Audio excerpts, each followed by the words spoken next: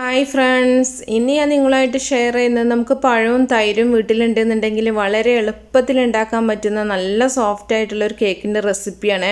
ഇതിന് നമുക്ക് ഓവനോ ബീറ്ററോ ഒന്നും ആവശ്യമില്ല കേട്ടോ. അപ്പോൾ ഇതെങ്ങനെയാണ് നോക്കിയാലോ. ആദ്യം തന്നെ ഞാൻ മിക്സിയുടെ ഒരു ജാർ എടുത്തിട്ട് അതിലേക്ക് ഒരു 2 റോബസ്റ്റ പഴം കഷ്ണങ്ങളാക്കിയത് ഇട്ട് കൊടുക്കുന്നുണ്ട്. അപ്പോൾ മിക്സിയുടെ ജാറിൽ വെള്ളത്തിൻ്റെ നനവൊന്നും ഉണ്ടാകാൻ പാടില്ല കേട്ടോ. അതൊക്കെ നന്നായിട്ട് തന്നെ തുടച്ചെടുക്കുക.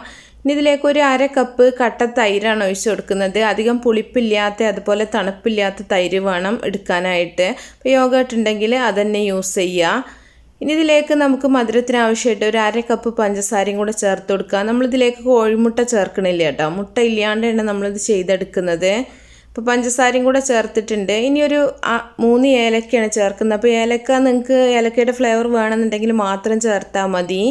ഇനി അതുപോലെ ഒരു 2 ടേബിൾ സ്പൂൺ ഓയിലും കൂടെ ഒഴിക്കുന്നുണ്ട്. ഓയിലോ ബട്ടറോ നെയ്യോ ഒക്കെ നിങ്ങൾക്ക് യൂസ് ചെയ്യാം. ഇനി ഇതിലേക്ക് ഒരു 1/2 കപ്പ് പാലും കൂടെ ഒഴിച്ചിട്ട് നമുക്ക് നല്ല പോലെ ഇതൊന്ന് അടിച്ചെടുക്കണം. പാല് തണുപ്പില്ലാത്ത പാൽ തന്നെ എടുക്കുക. അപ്പോൾ ഈ അളവുകളൊക്കെ നിങ്ങൾ കറക്റ്റായിട്ട് തന്നെ എടുക്കുക കേട്ടോ. പഴത്തിൻ്റെ അളവ് കൂട്ടണം എന്നുണ്ടെങ്കിൽ ബാക്കിയുള്ള ഇൻഗ്രീഡിയൻസിൻ്റെ അളവൊക്കെ നിങ്ങൾ കൂട്ടിയെടുത്താൽ മതി. ഇനി നല്ല പോലെ ഒന്ന് അടിച്ചെടുത്തിട്ടുണ്ട്. ഇത് നമുക്ക് വെള്ളത്തിൻ്റെ നനവൊന്നും ഇല്ലാത്തൊരു ഡ്രൈ ആയിട്ടുള്ള ബൗളിലേക്ക് ഒഴിച്ചു കൊടുക്കാം. അപ്പോൾ ഇനി നമുക്ക് ബാക്കി വേണമെങ്കിൽ പൊടിയൊക്കെ ഇതിൽ തന്നെ ഇട്ടിട്ട് മിക്സിയുടെ ജാറിൽ തന്നെ ഇട്ടിട്ട് നിങ്ങൾക്ക് കറക്കി എടുക്കണം എന്നുണ്ടെങ്കിൽ അങ്ങനെ ചെയ്യാം കേട്ടോ. ഞാൻ ബൗളിലാണ് മിക്സ് ചെയ്യുന്നത്. ഇതിലേക്ക് 1 ടേബിൾ സ്പൂൺ കൊക്കോ പൗഡറാണ് ചേർക്കുന്നത്. കൊക്കോ പൗഡർ നിർബന്ധമൊന്നുമില്ല.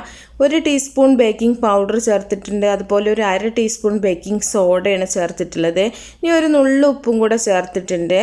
ഇനി നമുക്കിതിലേക്ക് മൈദയാണ് ചേർത്ത് കൊടുക്കേണ്ടത് കേട്ടോ. ഒരു 1/4 കപ്പ് മൈദ വേണം. അതിന് 1/4 കപ്പ് മുഴുവനായിട്ട് തന്നെ നമ്മൾ ചേർത്തിട്ട് മിക്സ് ചെയ്യണ്ട. കുറേശ്ശെ പൊടി ചേർത്തിട്ട് നല്ല പോലെ ഒന്ന് മിക്സ് ചെയ്തെടുത്താൽ മതി.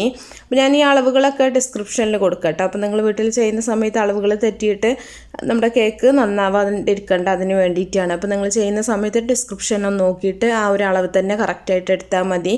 ഈ കപ്പളവ് നിർബന്ധമൊന്നുമില്ല. ഒരു ഗ്ലാസ്സിന് നിങ്ങളെല്ലാം ഇങ്ങനെ ഇതുപോലെ തന്നെ കറക്റ്റാക്കി എടുത്താൽ മതി കേട്ടോ.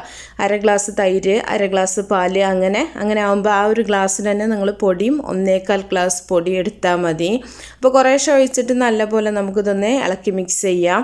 അപ്പോൾ നമ്മൾ കൊക്കോ പൗഡർ ചേർത്തിട്ടുള്ളതെന്ന് പറഞ്ഞാൽ പഴമാകുമ്പോൾ കുറച്ചൊരു ബ്ലാക്ക് കളർ വരാൻ ചാൻസ് ഉണ്ട് കേട്ടോ. അപ്പോൾ ആ ഒരു കളർ നന്നായിട്ട് കിട്ടാൻ വേണ്ടിയിട്ടാണ് കൊക്കോ പൗഡർ ചേർത്തിട്ടുള്ളത്. ഫ്ലേവറിന് നമ്മൾ ഏലക്ക തന്നെയാണ് ചേർത്തിട്ടുള്ളത്. അപ്പോൾ ഏലക്കൻ്റെ ആ ഒരു ഫ്ലേവർ തന്നെ ആവും കിട്ടുക. അപ്പോൾ കൊക്കോ പൗഡർ ചോക്ലേറ്റിൻ്റെ ആ ഒരു ടേസ്റ്റ് കൂടുതൽ വേണമെന്നുണ്ടെങ്കിൽ കൂടുതലായിട്ട് നിങ്ങൾക്ക് കൊക്കോ പൗഡർ ചേർത്ത് കൊടുക്കുക.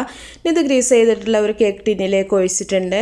പരന്ന ടിന്നോ ഏത് ഷേപ്പിലുള്ള ടിന്നിലേക്കും നമുക്ക് ഈ ഒരു ബാറ്റർ ഒഴിച്ച് കൊടുക്കുക. എന്നിട്ട് നല്ല പോലെ ഒന്ന് തട്ടി കൊടുക്കുക. ഒരു ബബിൾസ് ഒക്കെ ഉണ്ടെങ്കിൽ ഒന്ന് പോകാൻ വേണ്ടിയിട്ടാണ്. ഇനി നേരത്തെ തന്നെ ഞാൻ അടുപ്പത്തൊരു പാന് ചൂടാക്കാനായിട്ട് വെച്ചിട്ടുണ്ടായിരുന്നു.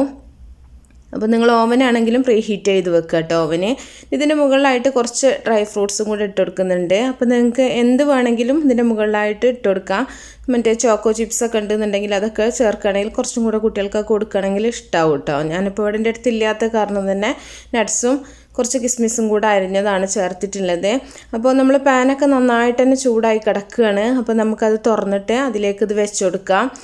അപ്പോൾ പാനിൽ ഞാനൊരു തട്ട് വെച്ചിട്ടുണ്ട്. അതിൻ്റെ മുകളിലായിട്ട് വെച്ചിട്ട് നമുക്കിത് അടച്ചു വെക്കാം. നമ്മൾ ആ ലിഡിൻ്റെ ആ ഒരു ഹോൾ ഉണ്ടല്ലോ, അതെന്തെങ്കിലും അലുമിനിയം ഫോയിൽ എന്തെങ്കിലും വെച്ചിട്ടൊന്ന് നന്നായിട്ടൊന്ന് കവർ ചെയ്ത് കൊടുക്കുക.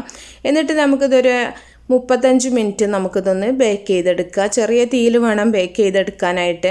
അപ്പോൾ നമുക്ക് ഗ്ലാസ് ലിഡ് ആയതുകൊണ്ട് തന്നെ കാണാൻ പറ്റും ബേക്കായി വരുന്നതൊക്കെ. അപ്പോൾ നോക്കിയിട്ട് നല്ലപോലെ വെന്തതിന് ശേഷം നമുക്ക് തീ ഓഫ് ചെയ്തിട്ട് ചൂടാറിയിട്ട് നമുക്ക് വേറൊരു പാത്രത്തിലേക്ക് തട്ടി കൊടുക്കുക. നല്ല സോഫ്റ്റ് ആയിട്ടുള്ള കേക്കാണ് കേട്ടോ.